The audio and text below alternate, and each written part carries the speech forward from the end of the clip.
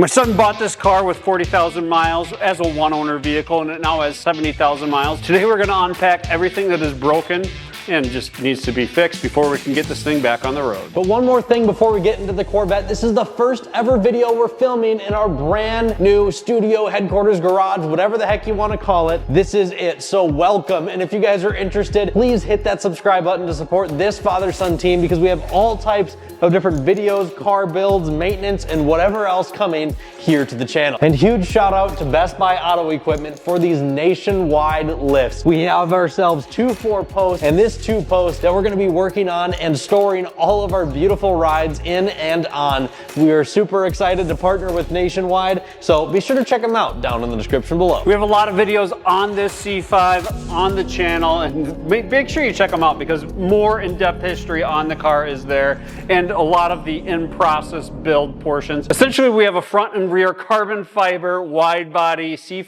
Z06 that has some engine work done to it, that has some exhaust work done to it, that's traveled across the country. Pretty much this entire car has been stripped apart in some manner at some point in time. Today specifically, we're going to talk about some of the faults that the C5 has and some of the issues that we need to address so that we can rack thousands more miles onto the C5. Now, without wasting any more time, let's get straight into the issues and problems that I've had with this Corvette. And we're gonna start right on the back here with the taillights. Now, I did go ahead and I opted to put in some aftermarket LED taillights. I'm just not a big fan of the factory ones. And if you're interested in these ones, be sure to check them out down in the description below. These are Vette lights. I'm a huge fan of the way they look when they're operating. However, I've had, even with the factory bulbs, for whatever reason, there's a ton of corrosion that keeps building up on my factory clips that you plug the headlight into. I actually gone through 3 sets of these taillights now. Each one, the factory connector has eaten through the plastic on the taillight. It's crazy to me. I don't understand what the heck the issue is. There must be some electrical short somewhere in the car, but electrical gremlins is one of the biggest issues you're going to come across in the C5, and clearly that's one of the ones that I'm experiencing here. And while we're at the back, let's also talk about the exhaust. Now, the biggest failure point that you're going to see on a lot of C5s is the rear exhaust hangers. Now, unlike the C6, the C5 only has, I believe, 3 points along the entire car where the exhaust is actually supported by the body. The most stressful ones being the ones directly above the rear exhaust tips, because the pipe wraps around the rear bumper, essentially. It's kind of sitting under here, and especially when you have mufflers, there's like a big suitcase and there's only one support holding the whole back of this thing up. So it's very common under heavy acceleration that exhaust moves around and it breaks the hangers. I cannot tell you how challenging it was once the weld on my exhaust broke to find something that would support the whole back of this exhaust up. I went through like 4 or 5 or 6 different solutions, and I ended up coming up with this super janky one. Actually, my dad came up with it. Just a janky piece off Amazon. We managed to finally make this thing stay in place. Next up, we're gonna talk seats. The factory C5 seats have a major issue. Well, their factory bolsters just quite frankly suck. And it's quite common that you're gonna find the majority of the ones on the used market with the bolsters completely smashed down, and then the leather's ruined because the bolster under the leather is not operating. And that's for both the side bolsters and the bottom bolsters. Now, a new bolster kit for this car is like $200 or $300 to buy every single airbag. So you can get some aftermarket seats like I did, and I went for the cheap route because we were about to go on a big long road trip. I didn't want to spend a ton of money, and I bought the $300 Amazon racing seats, which if you're interested, you can check them out down in the description below. However, mine only lasted 2 years, so I'm going to put in some safer racing seats this coming winter. Be sure to hit subscribe if you guys are interested in watching a full build come on this car this winter. We're going to make this thing faster than it's ever been, but just check this out, guys. It ended up completely snapping down here in the corner, so don't really recommend doing that.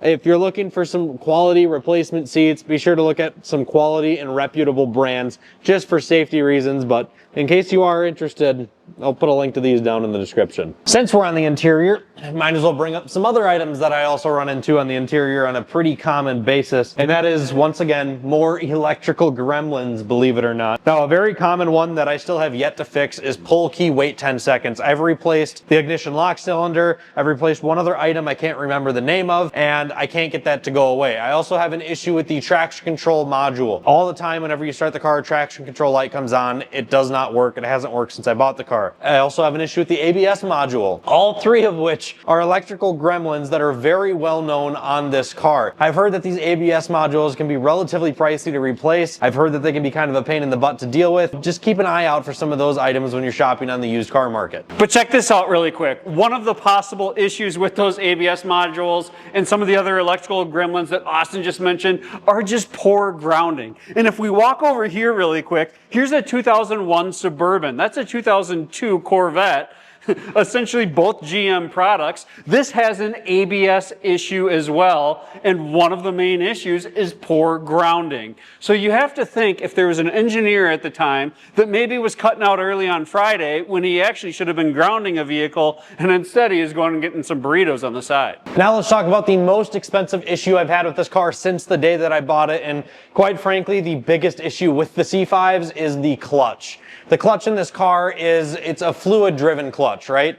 However, the transmission is mounted in the back, the clutch is in the front of the car, so any access to the clutch, the entire rear end, the torque tube, everything has to come out. It's a really big job, it's very labor intensive, it's backbreaking to do it on the ground of your garage home, and having a lift is kind of necessary. I mean, it's not necessary, but if you want to live a long life, it's necessary for sure.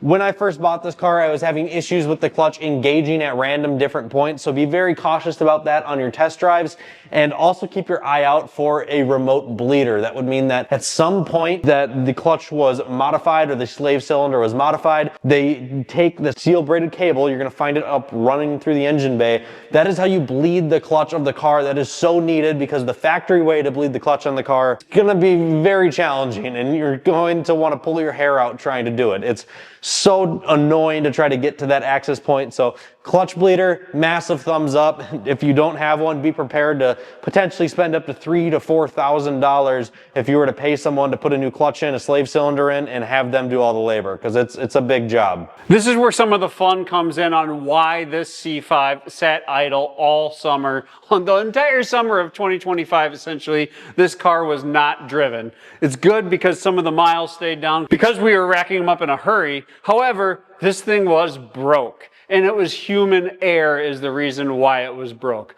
Austin had a remote bleeder put in and he didn't tie it off. So it actually came loose when he was driving, and the whole bleeder assembly or the release valve on the bleeder was dragging against the ground to the point that you're losing fluid. So we didn't have the space or the lifts from Best Buy Auto Equipment to put the bleeder in, so we're going to do it this winter. In addition to that, we have this really cool story on taking a couple C5s on a road trip, and part of that story was a rear end went out on a different C5.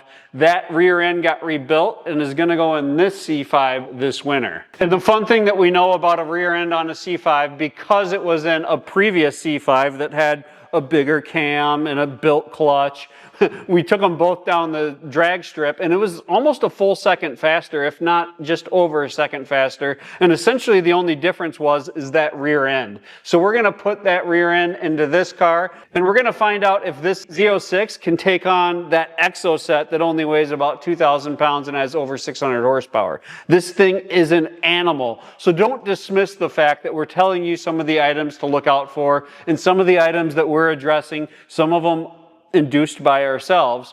But at the end of the day, these things are rock solid and a lot of fun to beat on and have a lot of fun with. So when Austin's talking about bleeding the clutch and that being an issue, there's really a bigger issue if you're driving the car hard. If you're just, new balancing the car around town from car show to car show, there's a really good chance that you're not going to have any issues for hundreds of thousands of miles. But let's be honest, if you're watching the video and your socks are pulled up to your knees, you most likely only have around 3,000 or 4,000 miles on your C5. So any of the negative is just kind of a moot point. And then lastly, just before I parked the car from braking this year, the oil pressure sensor went out. So I'm gonna have to replace that, but it's like a $15 part from any local parts store, so it's not a big deal whatsoever.